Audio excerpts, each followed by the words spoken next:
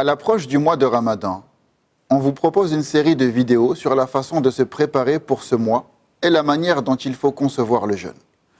Concrètement, qu'est-ce que m'apporte le jeûne du mois de Ramadan? Aujourd'hui, c'est à cette question que l'on va tenter de répondre.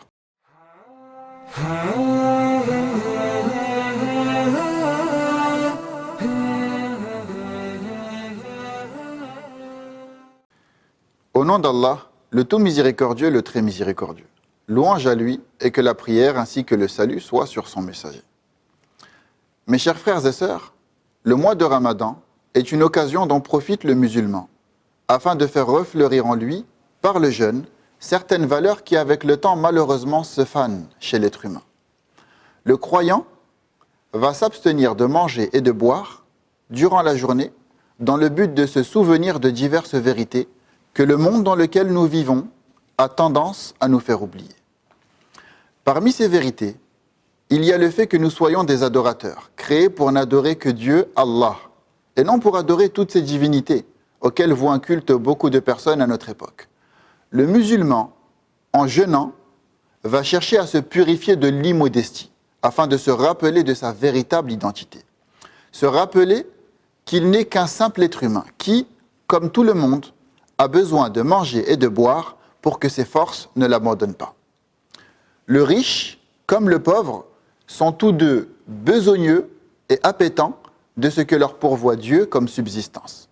C'est pour cela que le jeûneur dit au moment de rompre son jeûne « Allahumma laka sumtu wa ala rizqika aftartu » ce que l'on pourrait traduire par « Ô Seigneur, c'est pour toi que j'ai jeûné et c'est avec ta subsistance que je romps mon jeûne. » Du coup, cette réalité dont va prendre véritablement conscience le musulman aisé, après avoir jeûné comme il se doit, va l'amener à combattre son avarice et à se montrer généreux envers les plus démunis qui, eux, ressentent au quotidien cette faim qu'il a ressentie lui pendant un petit mois durant la journée.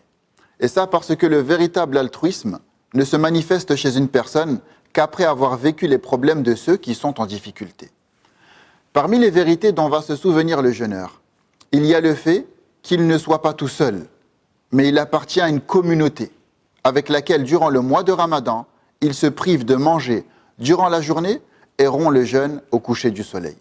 Parmi ces grandes vérités qui nous apparaissent plus clairement pendant le jeûne du mois de Ramadan, il y a le fait que nous, les êtres humains, bien que comme les bêtes, nous soyons faits de chair, que l'on alimente en se nourrissant de la chair d'autres espèces, nous possédons aussi, comme les anges, une âme ar-ruh.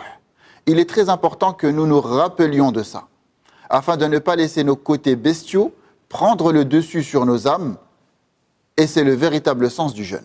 Priver sa chair, ou plutôt son corps, pour mieux nourrir son âme, en se connectant à notre Seigneur, en s'entretenant avec lui, par la lecture du Coran, qui nous purifie, nous exhorte et nous guide vers la piété. C'est le moment de prendre le temps de se rappeler de toutes ces vérités que nous fait trop souvent oublier le monde d'aujourd'hui dans lequel nous vivons. Un monde dans lequel les choses sont faussées et où les gens se nourrissent d'illusions que créent aujourd'hui les séries télé, les réseaux sociaux et autres. Le mois de Ramadan est aussi le mois de la patience.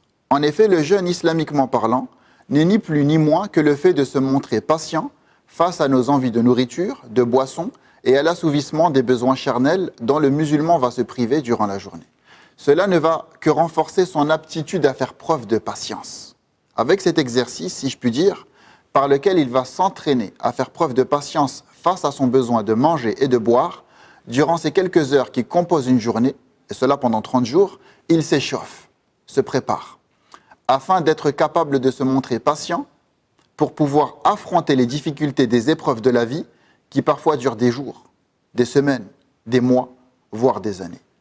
Et également pour pouvoir se montrer patient face aux choses illicites susceptibles de le tenter.